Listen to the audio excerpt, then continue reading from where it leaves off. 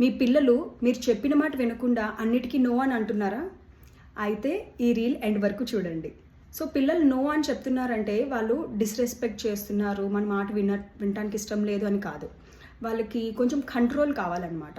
So మనం రోజు వాళ్ళు చేసే పనుల్లో వాళ్ళు ఏం వేసుకోవాలి, వాళ్ళు ఏం తినాలి, వాళ్ళు ఏం చేయాలి అన్నీ చాలా వరకు మనమే డిసైడ్ చేస్తూ ఉంటాం. సో వాళ్ళకి ఆ కంట్రోల్ ఉండదన్నమాట. ఫర్ ఎగ్జాంపుల్ వాళ్ళు ఏదో ఆడుకుంటున్నారు, మనము వెళ్ళి వాళ్ళని స్నానం చేయమని చెప్తున్నాం అనుకోండి, ఫస్ట్ వెంటనే నో అంటారు.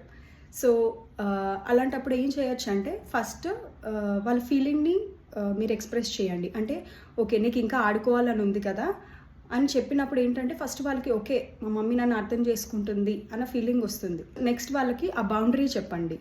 కానీ ఇప్పుడు బాత్ టైం కదా, మనం స్నానంకి వెళ్ళాలి అని చెప్పండి. అంతే, ఎక్కువ లెక్చర్ చేయొద్దు. దాని తర్వాత ఫాలోడ్ బై వాళ్ళకి ఒక చిన్న చాయిస్ ఇవ్వండి. నువ్వు స్నానంకి నడుచుకుంటూ వస్తావా, లేకపోతే నేను ఎత్తుకొని తీసుకెళ్ళనా అని, లేకపోతే స్నానం అయ్యాక నువ్వు రెడ్ డ్రెస్ వేసుకుంటావా ఎల్లో డ్రెస్ వేసుకుంటావా అని వాళ్ళకి ఒక చిన్న చాయిస్ ఇవ్వండి. సో వాళ్ళు ఏంటంటే మనము వాళ్ళ ఫీలింగ్ని ఎక్స్ప్రెస్ చేస్తున్నాము, వాళ్ళకి బౌండరీ చెప్తున్నాము, అదేవిధంగా వాళ్ళకి ఒక చాయిస్ ఇస్తున్నాము.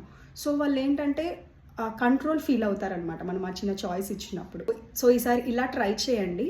బట్ ఫస్ట్ అయితే వాళ్ళు నో చెప్తున్నారంటే వాళ్ళకి కంట్రోల్ కావాలి, మనం చాయిసెస్ ఇవ్వాలి అనేది మాత్రం గుర్తుపెట్టుకోండి.